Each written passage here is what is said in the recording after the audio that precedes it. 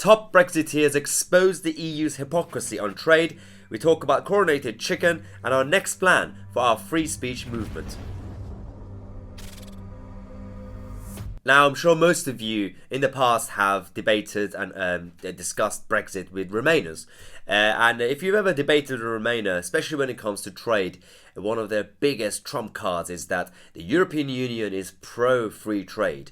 And if Brexit happens, then the UK becomes an isolated little island that's going to be anti-trade, and nobody is going to be wanting to do any business with them. And in reality, that's not really the case. And we know that now, because we have now seen the true face of the EU. For people who have been following the European Union's politics for the last few decades, we knew that obviously the EU is not pro-free trade. It is in fact a protectionist bloc. That's why there is a trade barrier. There's basically an invisible wall around Europe, thanks to the EU. And all they care about is to basically protect their own interest against the rest of the world, because they think it's all about rivalry between continents and other countries. They see America, the United States of America, instead of an ally, they see them as a rival, as an enemy. And so this is the problem with the EU mentality. Now, in this video, we're going to be talking about the hypocrisy of Remainers and the EU on trade. So we know that obviously there's a potential trade deal between America and Britain. And one big issue is now the American chicken, chlorinated chicken, that could be coming into this country. Everybody's kicking off from the Remain side because how dare you bring chlorinated chicken. Now, the truth is that even the European Union's, the European Food and Safety Agency itself has already declared that chlorinated chicken is actually safe and it's actually fine.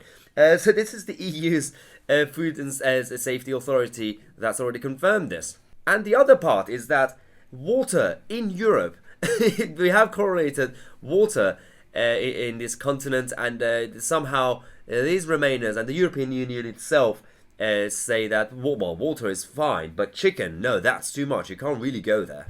And that's the problem we have, because this is just an excuse when it comes to the American trade deal.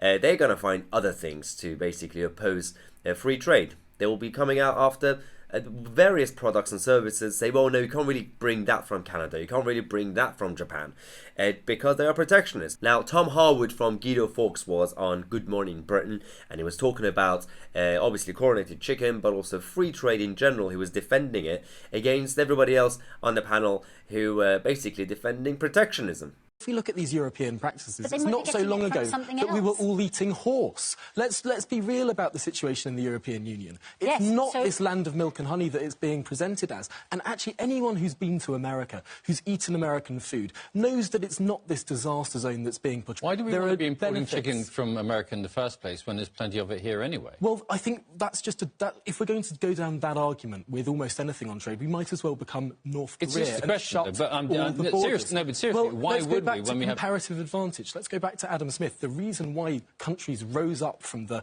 dire situations that we were all in 300 years ago is because we started to trade with one another. That's the reason that we would want to import. Richer. Well, he's absolutely right, because we could become like North Korea. There's absolutely no harm in it. We could just experiment and try it.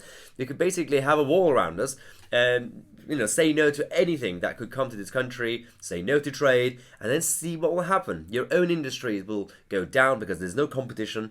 Consumers and ordinary people, ordinary working class people won't have choice. Everything will become expensive, and it's also stupid. Like, again, we're talking about chicken in this as an example.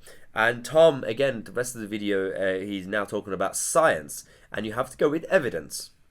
European scientists actually disagree with European politicians on this. The EU's own scientists have said that there's no problem with washing chickens in chlorine, and yet there's a political argument because of basically ideological campaigners. It's not about the science, and what the British government said just last week is that in trade will be governed by science, not by activists. Which is not by genetic modification. That's what that means. It's a shorthand for genetically modified foods coming into this country. Are you against, for example, golden rice that has... Yes, I am against it.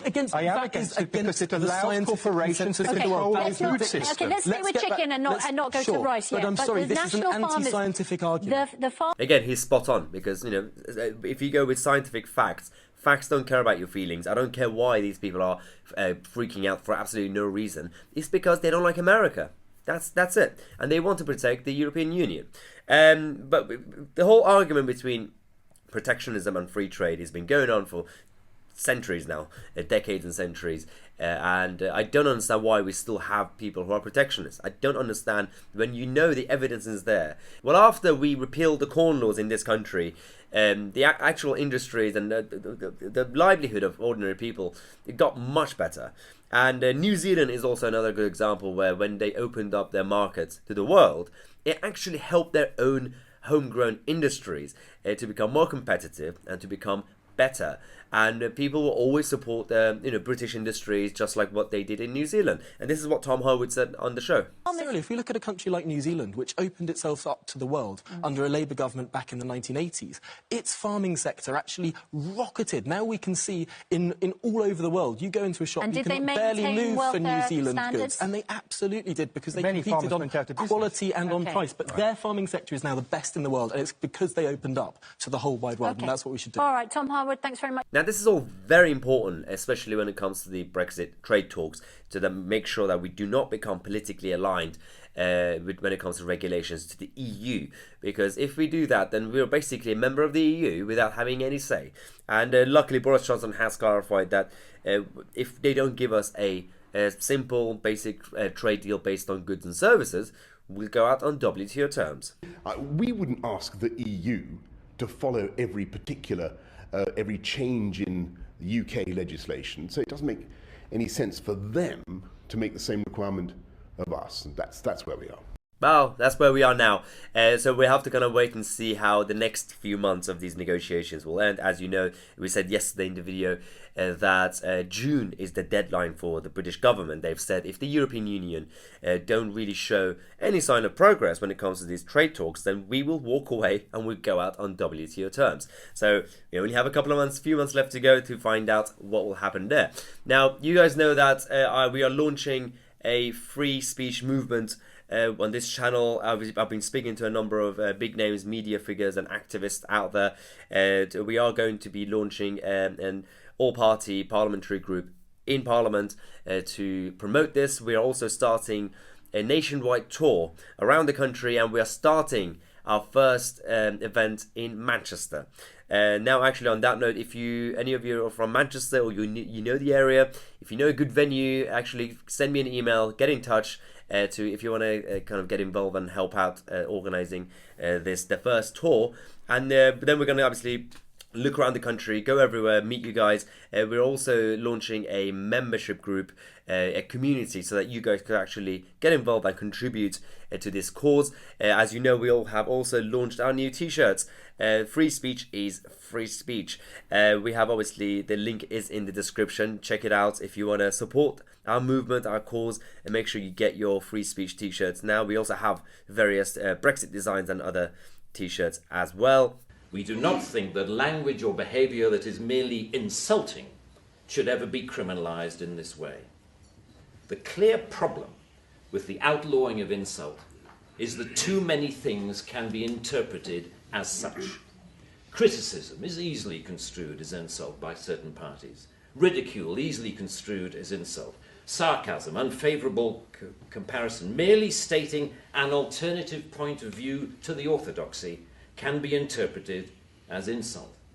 And because so many things can be interpreted as insult, it is hardly surprising that so many things have been, as the examples I talked about earlier show. I am not intolerant, say many people, say many softly spoken, highly educated, liberal-minded people.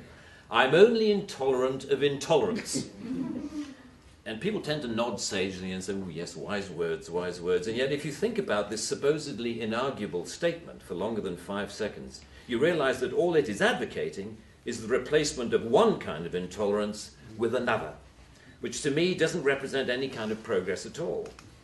The best way to increase society's resistance to insulting or offensive speech is to allow a lot more of it. As with childhood diseases, you can better resist those germs to which you have been exposed.